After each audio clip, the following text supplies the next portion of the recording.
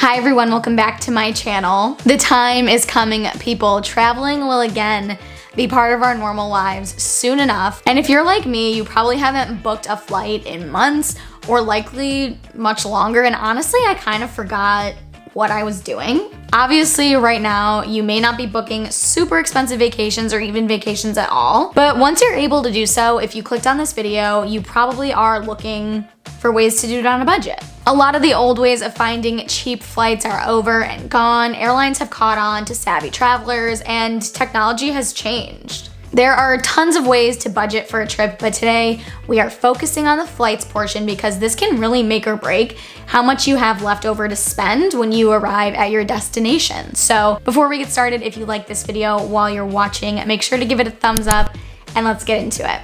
The absolute best way to find cheap flights is by being flexible with your dates, times, and destinations. And I know that's not an option for everyone, so stay tuned for other tips if this doesn't apply to you. But hopefully, if your job has gone fully remote, you have more flexibility than you once had. If you're just really wanting to take a trip somewhere but don't know when or where you want to go, I want to show you how to use Google Flights to your advantage. When you go to Google Flights, enter your departure city, and then click expand on this map right here. In this box, you can choose a weekend trip, a week, or 2-week-long trip in any month. If you know your slow time at work is May, but you don't have a specific date in mind, this is a great way to see what deals are available. And now you can look all over the world for how much a round-trip flight would cost you. And obviously, if you do have exact dates, like if you're going for a birthday or a wedding or something like that, you can also change it to include the exact dates that you'll be traveling.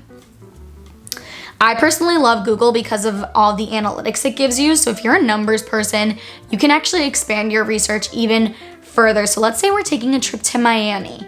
Here are all of my options.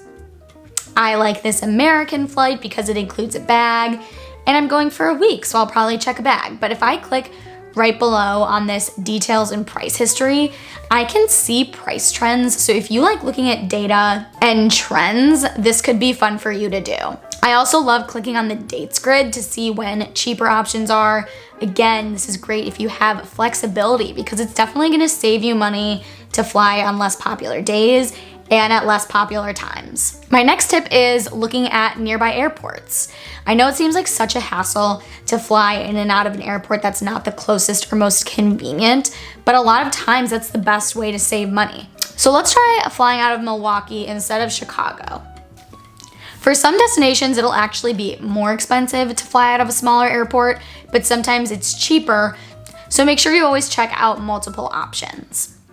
Another recommendation I have is using Scott's Cheap Flights. And if you've never heard of this, it probably sounds super sketchy, but it's actually not at all. The user interface is super easy to navigate, and all you have to do is answer a few questions, enter your email, and then you get daily deals. The people at Scott's scour the web for the cheap prices so you don't have to. So my first tip was really all about being proactive and doing some research and digging yourself. But this tip is if you don't want to put in any work. You can just put in your departure location, and they'll also add nearby airports. And then you can put in up to 6 places that you want to actually track and keep an eye on. I actually did pay for the premium version to get notified about mistake fares. And if you've never heard of this, it's exactly what it sounds like. It's either a human or technological error that results in insanely cheap airline prices. Scott Keys actually started Scott's Cheap Flights after he discovered a mistake fare. But you can also set price alerts on Google Flights or Momondo to watch price changes in a desired route as well if you don't want to subscribe to a newsletter. So I'll use Momondo as an example for this one since I used Google Flights before. So maybe you know that you have to go to New Orleans in August for a wedding and you have no flexibility of when to arrive because obviously you don't want to miss the wedding.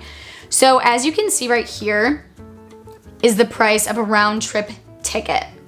But you can turn on price alerts here, enter your email, and they'll send you notifications about price drops or increases. Something to note, which I'm sure you've already noticed if you've been doing this or done this before, Southwest does not show up on any of these flight search tools. So you'll always have to actually go to the Southwest website to find flights if you are looking for Southwest. Some hot Southwest tips. If you do fly Southwest a lot, which I actually do, sometimes it's cheaper to buy points than it is to buy a flight. This is really probably only the case if you have accumulated some points already. I just did this with a flight that I bought, which is why I only have 263 points right now, but I had 6,000 points and the flight that I wanted was 10,000 points and it was a $245 flight. So instead I purchased 4,000 points for $120 and used points to buy the flight. And you can toggle back and forth between dollars and points on Southwest to see how much it is for each. And if you're signed into your Rapid Rewards account, it'll show you how many points you currently have. And if you've never used the low fare calendar, I'd highly recommend doing so because it'll show you entire months and what days are the cheapest for whatever route you are traveling. So we've talked about flexibility of where and when you'll be traveling, Scott's Cheap Flights or any other flight newsletter, and setting price alerts. So now let's talk about the best days to fly. Obviously, if you're flying on a Friday and you must fly on a Friday, you have no other choice. You're probably gonna be out of luck because Friday and Sunday are the most popular days to fly. Airlines know this, so of course they're gonna increase their prices on these days. Flying on Tuesday, Wednesday, and Saturday are the best. I used to go to New York a couple times a year and the cheapest flight was always that first thing Saturday morning flight. It stinks to have to get up super early, but you are going to pay a premium for convenience. And the most convenient time to fly for most people is Friday night right after work. But if you do fly super early on Saturday, it'll also save you an extra night in a hotel room. And as you can see with the Southwest low rate calendar, it's a lot cheaper to fly on even just a Saturday than it is on a Friday. And you can see that these middle of the week fares are also significantly lower than Friday and Sunday. It's also not a secret that if you want to travel during the summer because that's when your kids are out of school or that's when you're out of school if you're a teacher, everyone else is trying to do the same thing. So those months are always gonna be more expensive. So avoiding peak times of year and peak days of the week whenever possible is gonna save you a lot of money. Booking round-trip flights is also always cheaper than 2 one-way tickets. So for example, if you're traveling round trip from New York to Barcelona, it's gonna be a lot cheaper than if you bought one ticket to Barcelona and then one ticket from Lisbon back to New York. But that's not always convenient because maybe you don't want to schlep back to a different city or even a different country just to get your cheaper round trip flight. So you can actually use the multi-city option on Google Flights to get round trip prices but in and out of different cities, which is incredibly useful and something I will be doing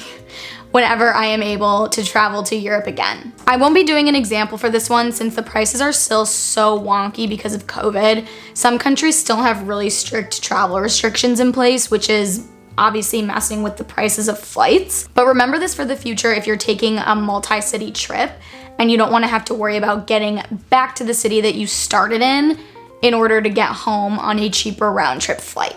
So that's it for today. I hope this video was helpful for you if you're gonna be traveling soon. Let me know in the comments if you are traveling, where you're going, and also if you have any other flight hacks that you always use to share with other travelers in the comments section. Thank you so much for watching today. Please subscribe to my channel if you haven't already, and I will see you in my next video. Bye.